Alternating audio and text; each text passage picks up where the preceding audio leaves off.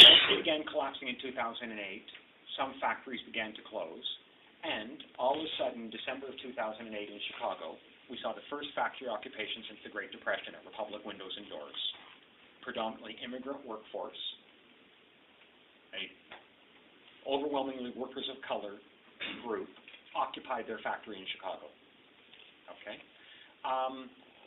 Within a couple of months, there were factory occupations in Ireland, Scotland, England. There were 5 auto parts plants in southern Ontario occupied, and so on. Workers were trying to stand up and defend their jobs. The problem was that so aggressive has the employing class been throughout this crisis that wasn't generally good enough. The best any of the occupations in southern Ontario got, for instance, was better severance pay. Okay, your plant's still going to close and you're going to lose your job, but we're going to give you an extra $1,000 to make you feel better about losing your job. That kind of thing, a bit better severance, but not the actual saving of jobs. The one exception to the rule, by the way, was France, where some of you will know the occupations also became boss nappings. In fact, when they said to the boss, guess what, you can't leave. You stay here. I'm not going to mistreat you, but you can't leave until we get a resolution. Okay? You don't want me to hold on to the factory by itself. You've got to stay here. You've got to listen to us. You've got to negotiate with us. You've got to call your CEOs and so on. And interestingly, in France, in some cases, they got written agreements, for instance, to keep factories open for 5 more years and that sort of thing. Similarly, there has been a wave of general strikes across Europe. One-day general strikes. Ireland, England, Spain, Portugal, Italy, Greece have all seen one-day general strikes. Greece has seen about 12 one-day general strikes. But again, the dominant class, the 1%, has basically said, we don't like them, but they're not enough to make us budge. There's one case where general strikes really did force back the whole austerity agenda. And this was in the French semi-colonies of Guadeloupe and Martinique. These are islands which are semi-colonies of France. And there, the labor movement did several very, very significant things that I wish our labor movement here would start to learn. First, they didn't just go on strike themselves. They said across their societies, we want to create mass coalitions with all of our partners. And so, women's organizations, students groups, environmental groups, and so on, all came into a coalition with the unions. They had a coalition of 50 different groups in Guadeloupe, for instance. And by the way, one of the greatest names of all time for a coalition, they called the coalition Stand Up Against Exploitation. And again, I'd like our labor leaders here to kind of get those ideas. And then they said, we have many demands, but we have one non-negotiable demand, and we are going to stay out as long as this one takes. And that is that the poorest paid get a €200 a month increase. We have no problem if the better paid won't get as much at all. That's fine. If people at the top don't get a big wage increase, we can live with that. But the bottom paid will get, and that's, by the way, the equivalent of about $250 US. So that's, you know, when you're living on poverty wages, when you're a minimum wage worker, $250 extra a month goes a long way. And they said, that's non-negotiable. We have all kinds of other demands about more hiring of teachers for our schools, about lowering the cost of gasoline, and one of the big demands of the general strike in Nigeria in the last couple of weeks, for instance, fuel costs. But they stayed out and they stayed out. France sent in riot police, and they just began to occupy more and more buildings in protest. And after a month, the French government backed down and gave in to the key demands, including that demand for the lowest paid. So interesting, what we're seeing is that new tactics that go farther than the old tactics can have success. And by the way, I would even make the same point about the pushback that we made on Rob Ford this week in Toronto. Without the year of organizing by grassroots groups like Stop the Cuts, who were digging in neighborhoods and building community-based groups to fight the cuts, there's no way we would have saved that 19 million. And that 19 million means better public transit in this city, 3 homeless shelters that will stay open, and so on and so forth, as all of you know.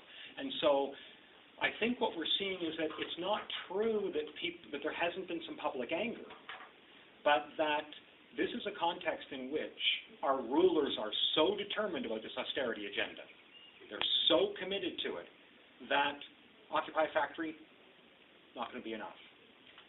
One-day general strike, it's not going to be enough.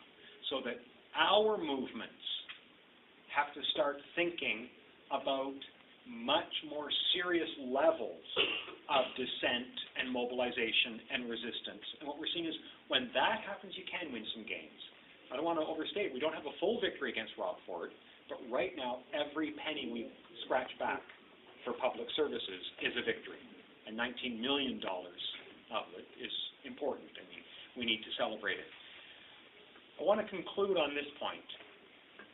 When our rulers first started to use the term austerity, the International Monetary Fund published a document saying that we were looking at a decade of austerity. Then by the time the G20 rolled into our city a year and a half ago, they changed it from decade of austerity to age of austerity. And in their documents and in their deliberations, it's quite clear. They now do not believe that 10 years of cutting back the public services, that they now no longer believe that 10 years will be enough. They're already, we have to realize this crisis started in 2008. The austerity started by 2009. So, they're heading into their 4th year of it. And they think that we're looking at an age, and they very often talk about it being a generation, a period of 20 or 25 years that they're talking about. And I think for our movements, we also need that broad time scale. Okay, we have a sense that if we don't win everything with this week's demonstration and rally, or with a couple of months of an Occupy encampment, that's okay, because we're building a movement. And movement building takes time and energy.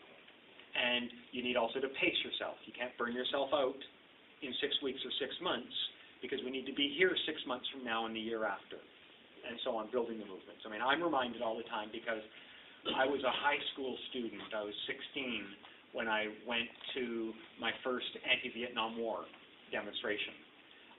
That was in the early 1970s. But when I learned the history of that movement, what I discovered was that the first demonstration against Vietnam War in the United States was 400 people in New York in 1964. Okay, 6 to 7 years later, they could put 1 million people in the streets. By the time I had gone from Toronto to Washington State to start my university, they could put 50,000 people on the freeway and shut it down over the war. Okay, and so, but that idea, those 400 people, felt very isolated and very alone. But they kept the organizing and the mobilizing. They kept building the networks. They kept getting the message out, and they were creative.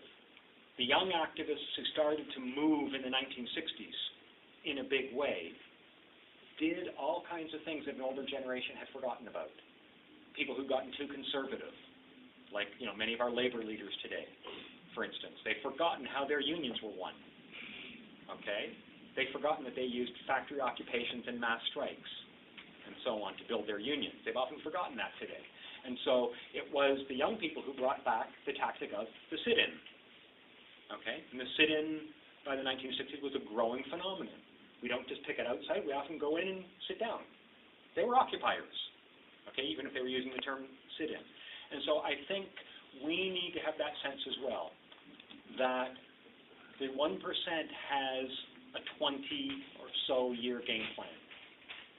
And we need to be thinking in the same way, because I think what we've seen is that, yes, I'd like the degree of public anger and resistance to be higher, but the way that Occupy struck such a chord tells me that there's a lot of people out there who are very, very unhappy with where things are going. And this movement showed a capacity to connect, I think, by creating some new languages of resistance, new styles of protest, new methods of organizing, because whenever new radical movements emerge, of course they learn things from the past, but they also have to reinvent. They have to create new cultures of resistance and new ways of organizing. I think Occupy has been showing us that, just as the youth-based movements that kick-started the so-called Arab Spring did by occupying Tahrir Square in Cairo and other similar squares in Alexandria and Suez and the like. So I really want to conclude by saying, yeah, the age of austerity is pretty grim, but I think there is a sentiment out there to stand up against it. And I think that there's a real opportunity, if we're thinking in years of movement building terms, also be very, very hopeful about where we are right now. So I'll stop there and turn things over to Kevin. So thank you.